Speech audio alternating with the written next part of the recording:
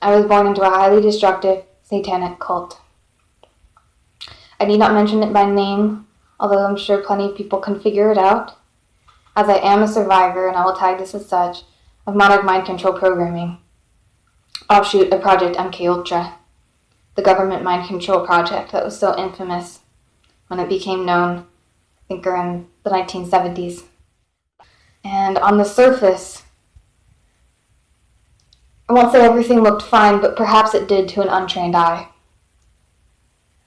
I was a highly intelligent child with academic parents.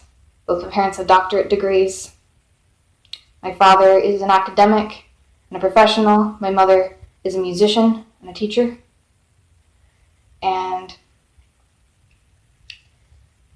I grew up in an extremely fancy, ostentatious, beautiful home in a secluded area in the southern United States,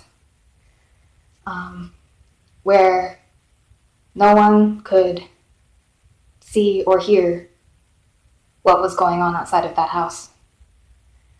And while atrocities, terrible things were committed in my home, in my parents' home, the worst horrors were committed in the trafficking ring that I was taken to on a near nightly basis, and sometimes for actual long periods of time.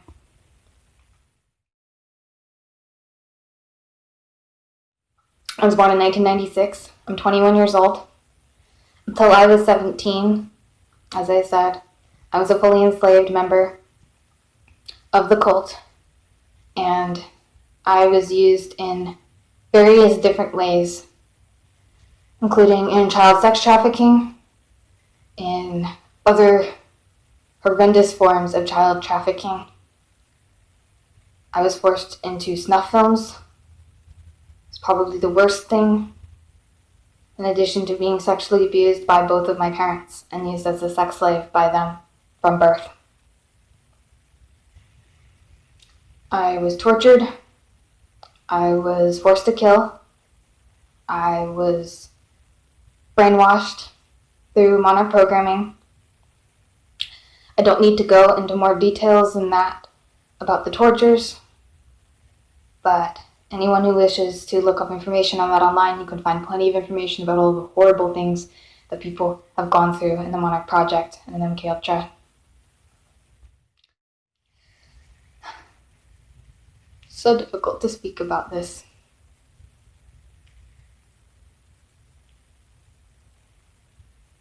I've seen thousands of people die, namely children. I've been raped probably hundreds of thousands of times, tortured continuously for years on end. And during this time, I had little to no awareness of what was going on.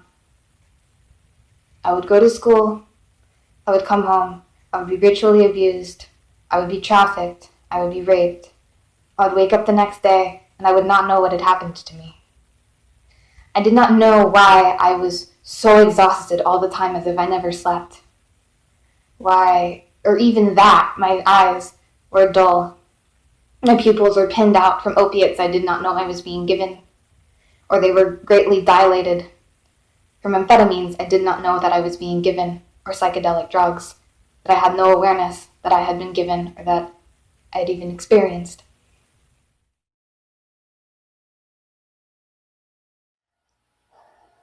Many people have a hard time believing that child snuff exists, that even snuff exists, then let alone that high-ranking government officials and military agencies orchestrate it.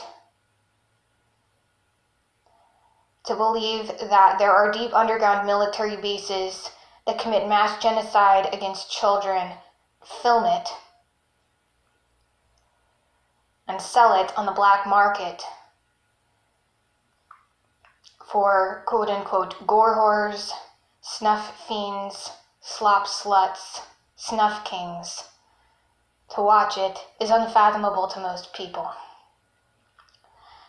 Unfortunately, that is reality, and that is a reality I know too well.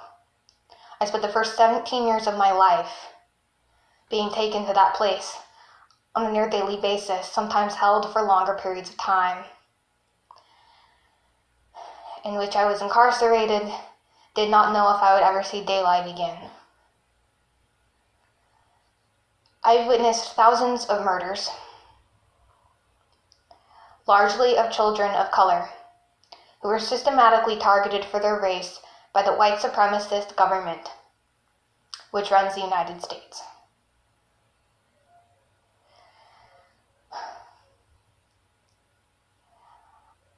They called it Uncle Sam's Snuff Factory as a private joke,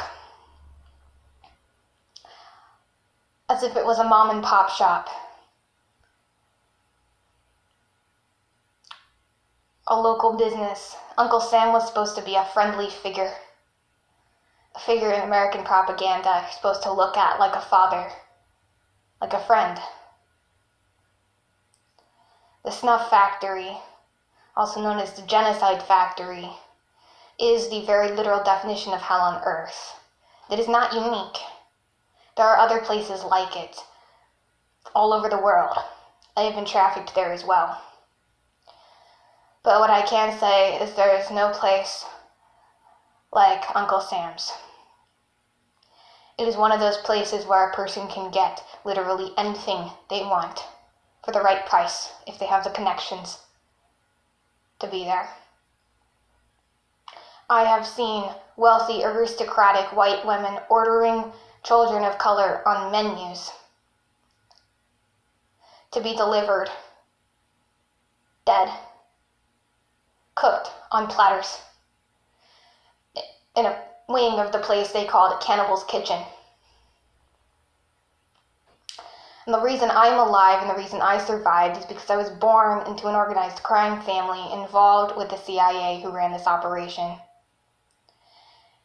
And I had the genetics, the family background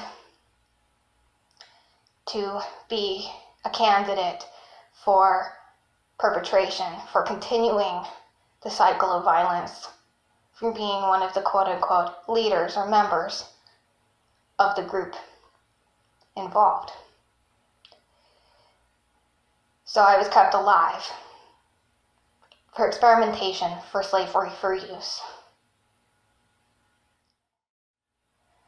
We're talking about children cut apart, fed to other children for people's sexual gratification. And most don't want to look at it, and I do not blame you.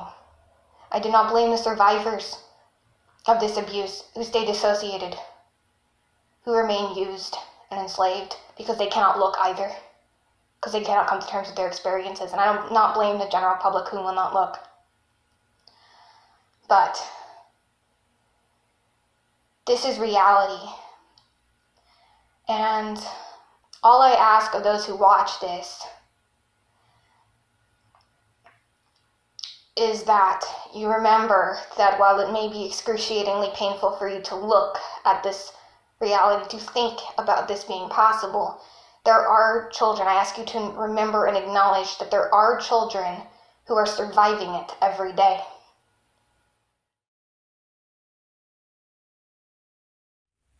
Around the time I was 18, I became aware that I had dissociative identity disorder.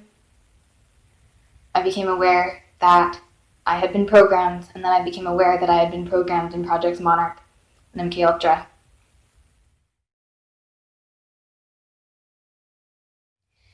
Now, there's a lot of disbelief in this culture. There's a lot of disbelief all over the world, I'm sure, but American culture is definitely a denial culture, and it can be very, very hard for ritual abuse survivors to speak out and be received by the general public.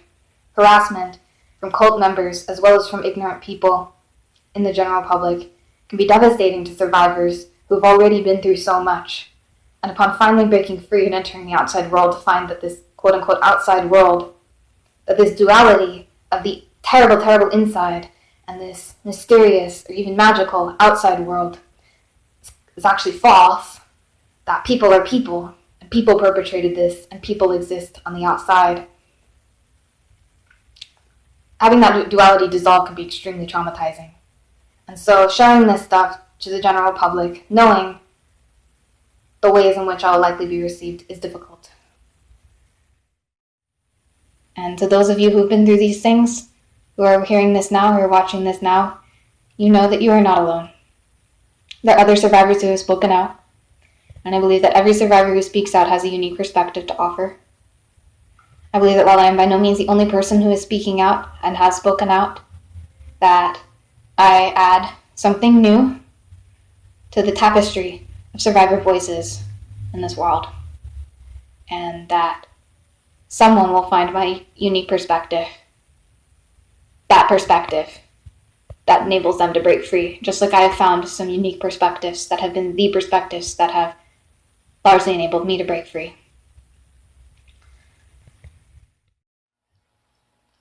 But there are people like me, and no, I'm not asking for myself, but for everyone.